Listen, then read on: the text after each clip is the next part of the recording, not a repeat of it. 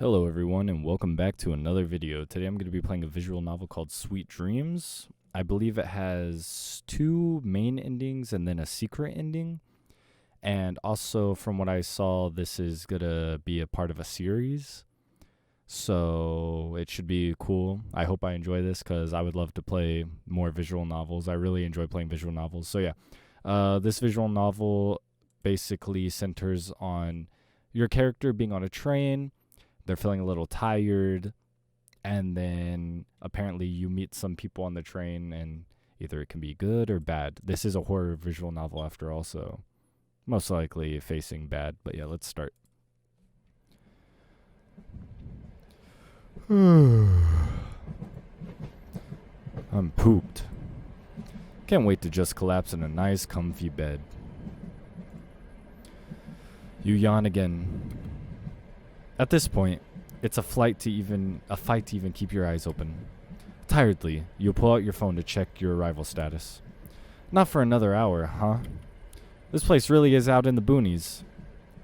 Your destination is Border Springs, an idyllic little countryside town. It's where you were born and raised, although you have little to no memory of the place anymore. I want to go home already. This entire trip had been your mother's idea. Ring ring. Speak of the devil. Beep. Hello? Lee. Unruly, red hair, piercing eyes, a successful and ruthless businesswoman. Even now, as she speaks to her only child, there's not a hint of tenderness in her features. Hi, Mom. Did you arrive yet? Not for another hour. I see. How's the ride been so far? It's different. Everything here is so outdated. The train looks like it was made like 200 years ago. 147 years ago. The railroad never bothered to upgrade it. But it does its job. Once a week, it goes to and from the nearest city for supplies, picking up the occasional passenger on the way. Although people don't tend to take this route in the first place. You should be glad it's still running. The only other alternative to getting to Border Springs is by foot. Thank you, Miss CEO of Trains. It still sucks, and I still want to go home. You're spoiled. That's why I've coddled you for far too long. You do nothing all day but stay in your room playing video games. It's time you get out into the real world and touch some grass, scrub. By shipping me off to someplace so remote it doesn't even show up on the map? It's your birthplace. You'll be thanking me, Lee. Besides, you have Petunia there. I'm not even that close with her anymore. We've barely spoken since I moved. You get along just fine 10 years ago. Make it work. I have a meeting to go to soon. Let me know when you arrive. Bye, little plum. Bye, Mom. So much for that, I guess. You look around the passenger car. Like your mother said, there weren't many people taking this train in the first place. The passenger car was particularly empty, and ideally, you'd use this time to doze off a little. Keyword being ideally. Oh no. Aw, babe, I love you so much. I love you so much more. Mwah, mwah, mwah. It's not like I'm gonna get a wink of sleep anyway with how loud that couple behind me has been the entire ride. I'll just go to the restroom. Splashing some cold water on my face might help wake me up. You get up out of your seat and... Oh, excuse me. A familiar face looks back at you with concern. Are you hurt? No, sorry, I wasn't looking where I was going. You squint at him. Those droopy eyes and nervous demeanor. He reminds you of someone. Have we met before? Are you hitting on me? What? No, I'm not. Sorry, it was a dumb question anyway. No, not at all. I'm Crow. He shyly motions to himself. I work here. Let me know if you need anything. I'm at your service. Right, You yawn in his face, but quickly catch yourself. Sorry, that was rude. I'm not yawning because I'm bored. I'm just really tired. You and me both, Lee. You shake your head, hoping you didn't offend the poor dude with your rude behavior. Don't know what's up with me today. It's alright. You must have had a long trip. Yeah, been traveling all day. I can tell by those impressive bags under your eyes. Is it that bad? No, you're perfect. Oh, I know. How about something caffeinated to drink? It'll be on us, as an apology for bumping into you. Black coffee or green tea? Oop, I slapped my mic. Okay, I wonder if this actually matters. All things considered, I'll just pop a save. Let's be like cool and go with green. Nah, black coffee's pretty. Let's go black coffee because I definitely would choose black coffee over green tea. You could definitely use some caffeine in your system. I still remember that one time I drank like 3 cups to pull an all-nighter studying for an exam. I can always rely on a nice warm brew to keep me up. That would be nice. I'd like a... You yawn, interrupting yourself midway. You blink back the tears. Crow gives you a smile. Rest up for a little bit. I'll have your coffee ready as soon as possible. He starts to walk away. Hey man, I hear you're giving out free drinks. How about 2 more for us as well? It's our anniversary. The girlfriend cuddles closer to her boyfriend in a display of, I don't know, showing off how not single she is. Crow gives them a polite smile, but it's clear he's not quite sold on the idea. Sensing the imminent rejection, she turns to you for backup. Help a girlie out. It's our anniversary. New drinking game. Take a shot every time she mentions her anniversary. Despite the girlfriend's insistent nagging, you still feel obligated to assist her.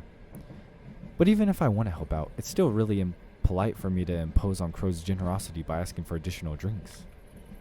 I'll have to turn the couple down. You turn to face the couple, who are giving you the hopeful, expectant look, with their big, pleading eyes. Ugh.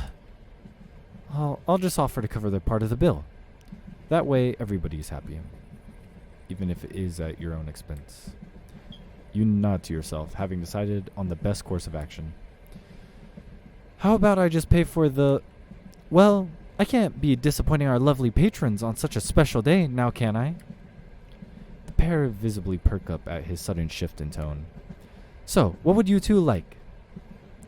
I'll have some... Drought beer? Is that drought? How about you, babe? Surprise me, but make sure it's a romantic drink made with lots of love. Aw, you're so cute. You're so cute. I love you. Mwah.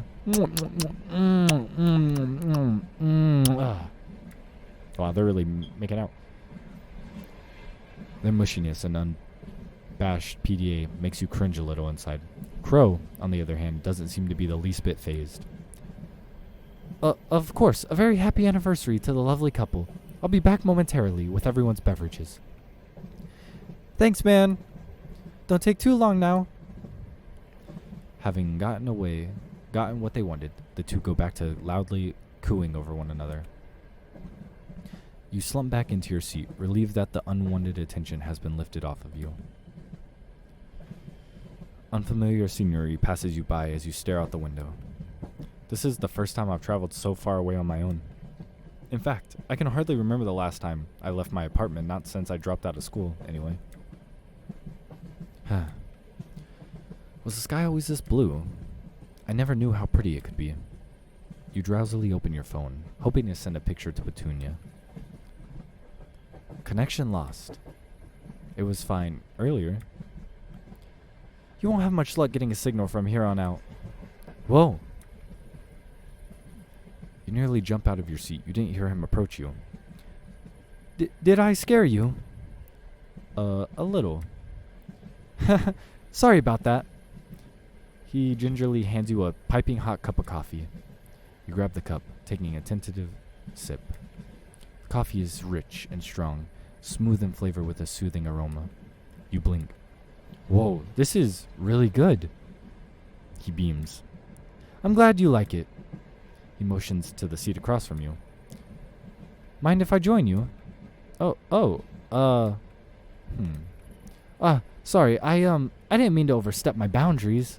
It's not often I get to chat with others while I'm on my shift, since we rarely have anyone else on board the train. He looks embarrassed, and you feel a twinge of guilt. No, it's okay. You can sit down. Thank you.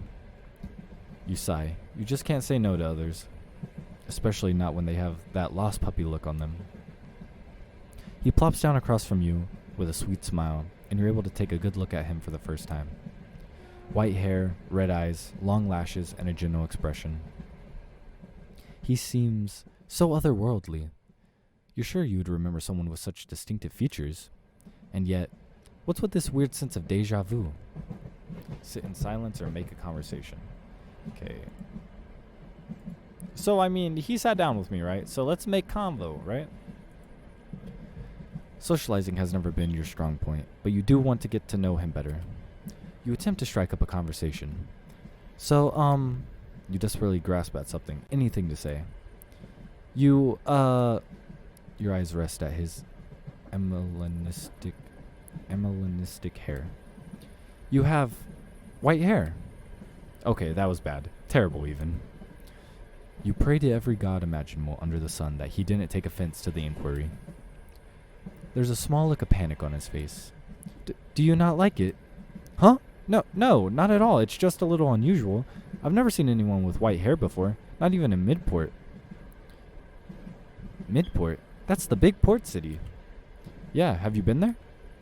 It's a little embarrassing to admit, but I've never left Border Springs before. Really? From what your mom had told you, the only way to get in and out of the sleepy rural town of Border Springs is via the specific train, due to its difficult surrounding terrain. What does that mean exactly? You'd have assumed that someone with such easy access to transportation would have taken the opportunity to travel and work elsewhere. So all this time you just worked on this particular train, but never left your hometown for someplace new? He sheepishly stares at the ground. I like this train. He clearly has other reasons, but his attempt to an excuse is, if anything, comically endearing. You can't help but find it cute.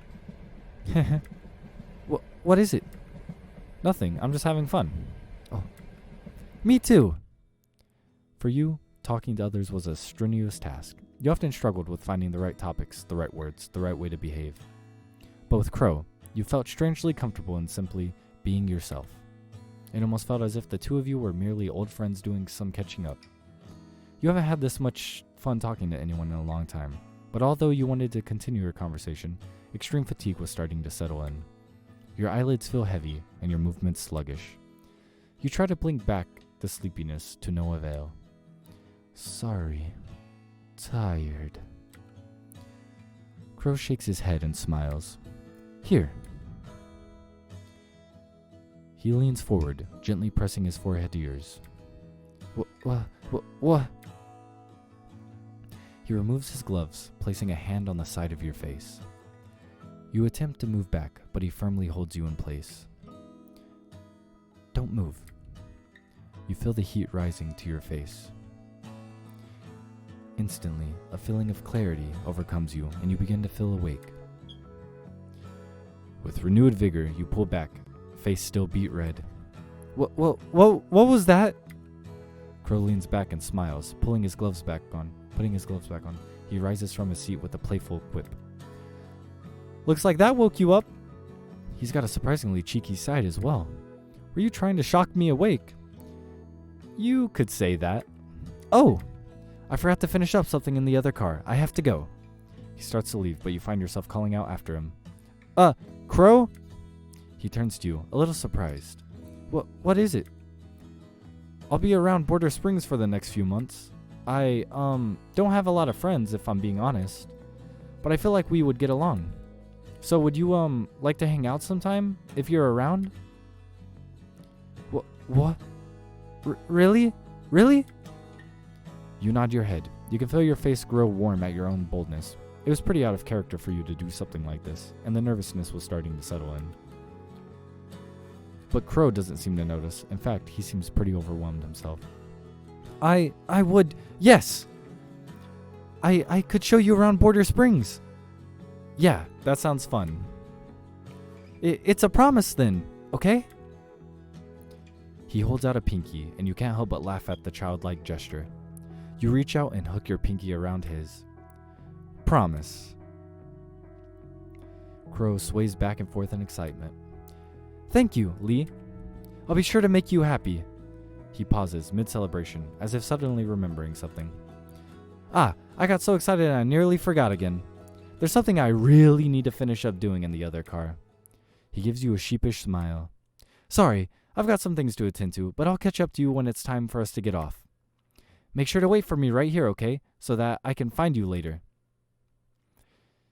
He waves you goodbye as he exits the passenger car. You respond with a small wave of your own before looking out at the passing scenery from your window. There's a warm and giddy feeling in your chest from having made a new friend.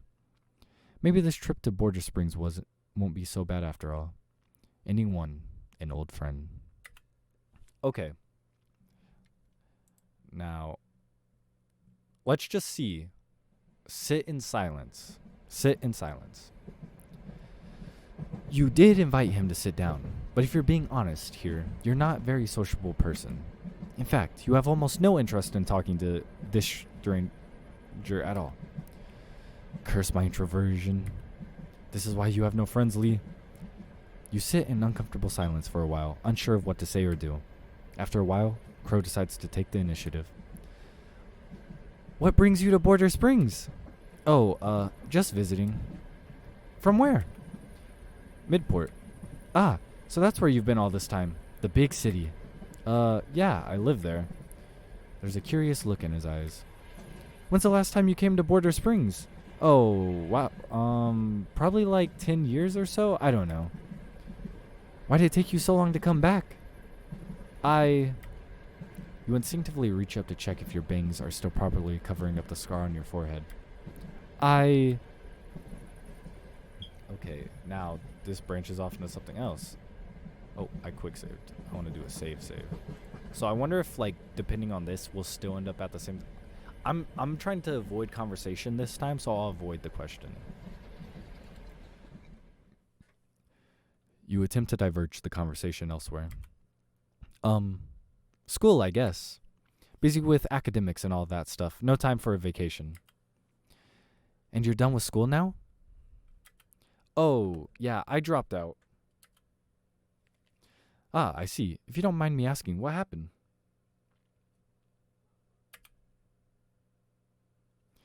I mean, you squirm uncomfortably in your seat. It's always difficult to answer questions regarding your academic life. Nobody wants to be known as the loser dropout who failed their parents and society as a whole. Your palms begin to feel sweaty as you desperately search for a way to navigate around this topic. Well, a hand on your shoulder brings you back into reality, and you look up at Crow, who gives you a concerned smile. Are you okay? You take a shaky breath in and nod. Yeah, I'm good. Sorry, didn't mean to dump all that on a stranger. Crow shakes his head. No, I was the one who asked. Thank you for indulging me. Yeah, no problem. I'd love to talk with you some more, but I have other passengers to attend to. But I'll be back shortly to collect your cup. Would you mind waiting here for me until I return? Sure. I mean, there's nothing else for me to do anyway. Crow beams. Wonderful. Well then, I'll be back. It was nice talking, Lee. He rises from his seat, gives you a small bow before exiting the passenger car to the dining car, closing the door behind him. You watch him leave, then fidget around nervously. There's something off-putting about him. You sigh. You've never been good with strangers or people in general. He's been nothing but kind to you, and here you are struggling to like the guy. Oh well. I'll try my best to get along with him, but I don't owe him anything for getting me a free drink. We'll just say our goodbye after this train ride and go our separate ways. You stare out the window. The silence is almost permeating. I bet I'm gonna fall asleep and something bad's gonna happen. Huh? You turn around, peeking over the seats behind you. The couple sitting there is gone. They must have gone off at some point. No wonder it was so quiet. What happened to the music? It's just like gone. You look back at your empty cup. It was nice to have a warm drink, but if anything, you feel drowsier than before. I guess the caffeine isn't kicking in. You try to move, but your body feels heavy. Oh no. Uh-oh. You collapse back to your seat, your mind hazy. What's going on? You try to grab your phone, but you find yourself unable to move your hands. Gotta call for somebody. You hear approaching footsteps and a worried voice call out to you. Ah, Lee, are you all right? Really tired. Feel yourself falling over. Here, let me help you. Crow removes his gloves, pulling you upright into your seat. Oh, this one looks a little creepier. He nestles your head onto his shoulder, gently brushing aside stray strands of your hair from your face. Poor thing, you must be exhausted. Go on and sleep. Just leave it all to me, okay? You can rest as long as you need to. I'll take care of you until you wake up. You mumble out a thanks, too tired to properly process anything, but grateful for his assistance. His fingers gently sift through your hair, and the soothing motion is the last thing you remember before your vision blurs and the world fades into black. Oh, his eyes. Your bangs have gotten longer. Used to be taller than me. You've changed so much. But I'd still recognize you anywhere. Do you remember our promise? You said you'd be with me forever. You won't disappear off someplace again, will you? You would. You'll leave me again. You'll abandon me again. But that's okay. You see, I've changed too. I don't need you to hold on to me anymore, because I won't be letting go of you for a second time. We'll be arriving soon. Sweet dreams, Lee. There's much for us to catch up on. Ending 2, Sweet Dreams. Okay. Before I do that, let's see here. There's 2 endings to the game plus secret ending that can only be attained through, yep. And then it says, P.S. Don't delete the, here's a guide. Okay, for additional help. Okay, is there anything else? Do I need to know anything else for this? Okay, let's try to do the thing. So there's a way to get a secret ending. You delete a thing called the safety key. Delete file. Okay, now we're going to try. I don't know if I have to play the whole game. I'm going to start it from the beginning. I've already seen all the endings available in this game. I wonder if there's anything within the game's files I can play around with. Like deleting any safety keys that may be in the game's folders. Maybe I should read the description of the game's store page and check. Okay, I already read it though. Just a passing thought. Oh. Let it cool. This is different. Okay, so now we're in the new content area. So this is when he brings you the drink. And it actually gives you an option now, drink or let it cool. So let it cool. A wave of unease washes over you as you take the cup from Crow. You should hold off on drinking it right now. Feeling a little guilty, you set the cup down. Do you not like it? No, not at all. I'm just worried about it being too hot, so I'll drink it after I wait a bit. Oh, I see. Okay. He motions to the seat across from you. Mind if I join you? Sorry, I didn't mean to overstep my boundaries. It's not often I get a chat with others while I'm on my shift, since we rarely have anyone else on board the train. He looks embarrassed and you feel a twinge of guilt. No, it's okay. You can sit down. Thank you. You sigh. You just can't say no to others, especially not when they have that lost puppy look on them. He plops down across from you with a sweet smile, and you're able to take a good look at him for the first time. White hair, red eyes, long lashes, and a general expression. He seems so otherworldly. You're sure you would remember someone with such distinct features. And yet, what's with this weird sense of deja vu? I guess we could make conversation. Socializing has never been your strong point, but you want to get to know him. But wait, actually, no. I want to get the other dialogue that I'm gonna get. So sit in silence, right? You did invite him to sit down, but if you're being honest here, you're not a very sociable person. In fact, you have almost no interest in talking to this stranger at all. Curse my introversion. This is why you have no friends, Lee. You sit in uncomfortable silence for a while, unsure of what to say or do. After a while, Crow decides to take the initiative. What brings you to Border Springs? Just visiting. From where? Midport. So that's where you've been all this time, the big city. Yeah, I live there. There's a curious look in his eyes. When's the last time you came to Border Springs? Oh, wow. Probably like 10 years ago or so. I don't know. Why did it take you so long to come back? You instinctively reach up to check if your bangs are still properly covering up the scar on your forehead. Last time I avoided. I'll answer it this time. You sigh. I got into an accident when I was a kid. I don't remember much about what happened, and my parents refused to talk to me about it. But we moved to Midport shortly afterwards. My dad wanted me as far from the place as possible. Mom probably doesn't care, though. She just wants me out of my room and out of her hair. Crow smiles. An accident? He stares at you, the intense eye contact starting to make you uncomfortable. What was it? You nervously tug on stray strands of your hair. The memory of the accident wasn't something you wanted to, or could even revisit. Any attempts at recollecting your thoughts were met with blanks or hazy feelings at best. And despite your parents' insistence, you know it wasn't some sort of freak accident. On that night 10 years ago, you almost died. You shake your head. Why couldn't you remember? Something was evading you, pieces of the puzzle gone missing. There's one thing you knew for certain. You weren't the only one present there that night. The air feels suffocating. What happened on that day 10 years ago? A hand on your shoulder brings you back into reality, and you look up at Crow, who gives you a concerned smile. Are you okay? You take a shaky breath in and nod. He's the one that tried to kill me, huh? Yeah, I'm good. Sorry, didn't mean to dump all that on a stranger. Crow shakes his head. No, I was the one who asked. Thank you for indulging me. Yeah, no problem. I'd love to talk with you some more, but I do have other passengers to attend to. But I'll be back shortly to collect your cup. Would you mind waiting here for me until I return? Sure, there's nothing else for me to do anyway. Crow beams. Wonderful. Well then, I'll be back. It was nice talking, Lee. He rises from the seat, gives you a small bow before exiting the passenger car to the dining car, closing the door behind him. You watch him leave, then fidget around nervously. There's something off-putting about him. You sigh. You've never been good with strangers, or people in general. He's been nothing but kind to you, and here you are struggling to like the guy. Oh well. I'll try my best to get along with him, but I don't owe him anything for getting me a free drink.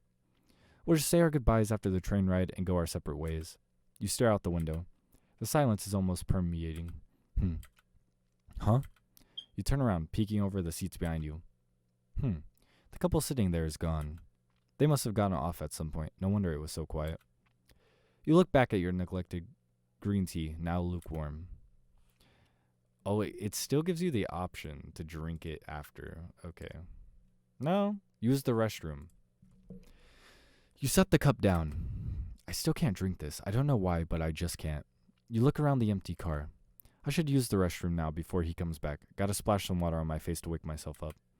If I remember correctly, it's at the end of the carriage. Should be right before the exit to the passenger car. If you're about to enter the restroom when you hear muffled crying, it's coming from the gangway connector behind the exit. I probably shouldn't go inside. That's just asking for unnecessary trouble. If this was a horror movie, I'd be the first idiot to end up on the kill count for checking out suspicious noises. You turn to leave, but the sobbing grows louder. I can't leave behind someone in trouble. I'll just take a peek to see if they actually need help or not. You creak open the door, angling yourself to see through the crack. Is that... It's the girl from the couple earlier. She's collapsed on the floor. Did her boyfriend break up with her or something? You're about to call out to her when you're interrupted by the sound of footsteps approaching. Silently, you hold your breath, hiding behind the door as a silhouette enters from the opposite end of the small room. You peek out to see Crow, setting down a tray on the ground. On it are 2 empty cups and a kettle. Mark, where'd you take my boyfriend? There. Take some deep breaths in and out. It's quite unfortunate, really. You and your boyfriend walked in on me during a bad time. You were putting some powder in that girl's drink. We couldn't just... Yes, I'm well aware. I was there. I must say, your boyfriend sure had aptitude for theatrics. Shouting at me, waving his arms around wildly, threatening to report me. How frightening. It's no wonder I acted in self-defense. Please, I just want to be with him. Please don't hurt me. Please just let us go. Shh. It's okay. You seem to be in an emotional state right now. Let us have a calm, collected discussion instead. A little chat over a few drinks. He pours himself a cup from the kettle. The liquid sound thick and vicious, dripping with a strange plop, plop sound. But he doesn't drink. Instead, he swirls the cup around in a circular motion, his brows furrowed in thought before setting the cup back down. What are your thoughts on love? The girl seems taken aback by his sudden line of questioning. She looks up at him in fear, unsure of how to answer. For something so commonplace, it is so abstruse. If not done right, it can hurt, it can tear, it can strip you of all rational thought. It can serve as your fall from grace. And yet, why is it that as such a self-destructive concept is praised, no one encouraged to be nurtured? For the longest time, I couldn't understand why, or perhaps I was incapable of understanding. After all, love is a distinctly human emotion, one that is not bound by reason or logic. He smiles gently. There's a look of adoration on his face. Adoration. I'm dumb. Adoration. But then a miracle happened, a miracle that granted me the ability to love, one that consumed my every waking moment. Do you know what that's like, my dear? Do you know how much I've suffered for an entire decade, struggling to hold on, unable to let go? She whimpers and shakes her head fervently, hoping to quell the anger she sees bubbling beneath his surface. Love is a powerful thing. Even as it plunges a knife into my back, I cannot help but marvel at how warmly my soul responds in turn. And today, after all this time wallowing in uncertainty, one glance was all it took to remind me just how deeply love consumes. How priceless, how precious, how destructive it truly is. Oh, but look at me, rambling. A one-sided conversation doesn't make for good company. He gives the girl a sheepish smile. She doesn't return it. My apologies. It's been a long time since I felt so stirred. I'm not usually like this. I suppose the two of you simply caught me on a bad day. His gloved fingers gently coast across the surface of the kettle. Good. It appears to have cooled off a little. It was still boiling during my first pour. A misstep on my end. I let my emotions get the better of me. He gracefully fills the other cup with steaming liquid before handing it to the girl, who receives it with shaky hands. She eyes the drink with suspicion before glancing back up at Crow. Ah, don't worry, it's not drugged, nor is it poison. It's simply the drink you'd requested earlier. A romantic drink for a romantic occasion. What? I do hope you'll enjoy it. I made it with all the things you love. Oh, it's him. Ah! She attempts to drop the cup, but Crow grabs it in her stead. Drink. She's crying hysterically now. Drink. Mark! Mark! There's no need to shout. Your boyfriend is right there in your cup. Ooh, that is... He forces the scalding concoction of human flesh and fluids down her throat as the girl gargles in protest. Now, the two of you have become one. A romantic drink, is it not? You suppress the urge to throw up, quickly turning away from the scene. What was that? What the hell was that? I have to get back. Before he notices. Quickly and quietly, you rush back towards your row in the passenger car, all while trying to suppress a wave of nausea. You quickly scramble into your cushioned seat, clumsily fumbling for your phone. Your hands are shaky as you tap on the screen. I have to call someone. I have to get off. What's wrong? You're pale as a sheet. Did you, perhaps, see something you weren't supposed to? Oh, my dear Lee, don't worry, it wasn't your fault. You weren't supposed to be there. You never would have stumbled across our little tea party. Not of your own volition, anyway. Isn't that right, Minus? Oh, shit. I don't appreciate it when outsiders try to mess with my story. Oh! He closed the game!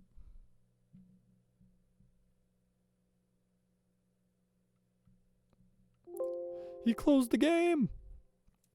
What exactly do I do? He closed my game. Should I try and open it again? I wonder if he'll say anything if I open the game back up. He actually closed the game on me. Wait, she's not here. Wait, she's gone. Where am I? I severed your connection with Lee. Oh, is this me? As of now, you have no body with which to occupy. No way to sustain your existence in this world. A parasite without a host, a player without a player character. I presume you'll last for a few more minutes before your connection is terminated. Huh? Did you have fun? Did you enjoy toying with my Lee, my narrative, my story? You see, there were safety measures in place that were supposed to limit your decision-making. Safety measures that served to advance my interest. You wouldn't have reached this point of the game purely by accident. You made the conscious, willing decision to delete restrictions on your gameplay, also that you could satiate your own curiosity. And that curiosity has led us here. How troublesome. I have enough obstacles to deal with as is. Did you know that this world is set up so that regardless of how amicable I am, Lee is bound to leave me again? Be it in a week, a month, or even a year. If I'm lucky, something will separate her from me.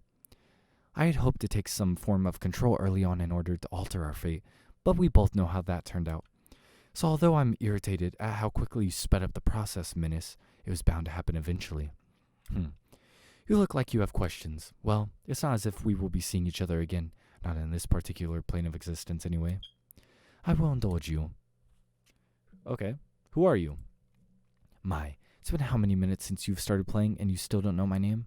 I'm Crow. Was that answer unsatisfactory? You seem unamused. What will happen to my game? That's quite simple. You simply won't have access to it anymore. There is no game if there is no player, character to control. You can try reopening it afterwards if you'd like, although I expect you will be thoroughly disappointed with what you see. Why the obsession with Lee? Lee and I have history. We were close before her accident. I won't delve too much into it, as it largely concerns our younger halves.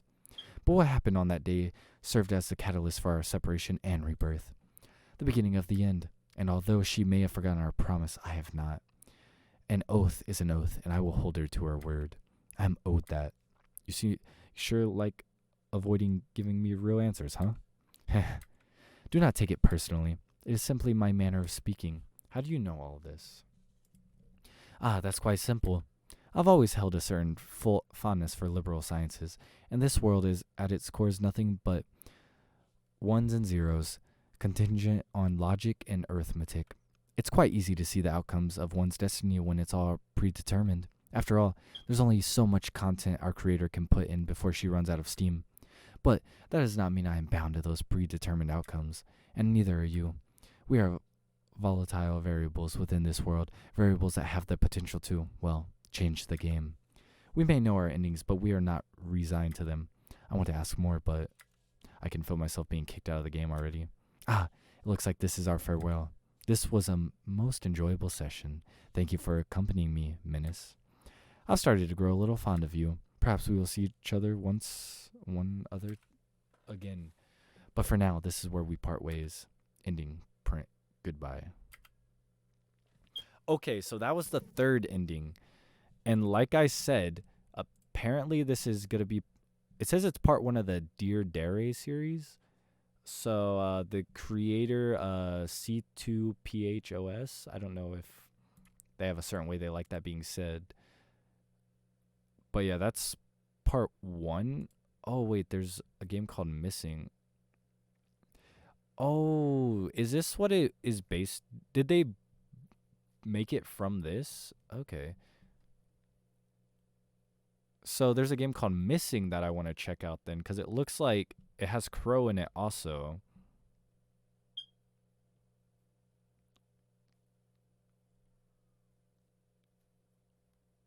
It looks like it was a concept game that came out before Sweet Dreams. So I want to play it just because I really enjoyed this game. So I hope you guys like this video. If you do, please hit that like button and subscribe for more content. If enough of you enjoyed this video, I definitely will be doing a game on Missing, so keep a lookout for that because it looks like it's very similar, especially because it was the concept for Sweet Dreams. And I can't wait for the second part, or however many parts there's going to be. I can't wait for the next part of this to come out.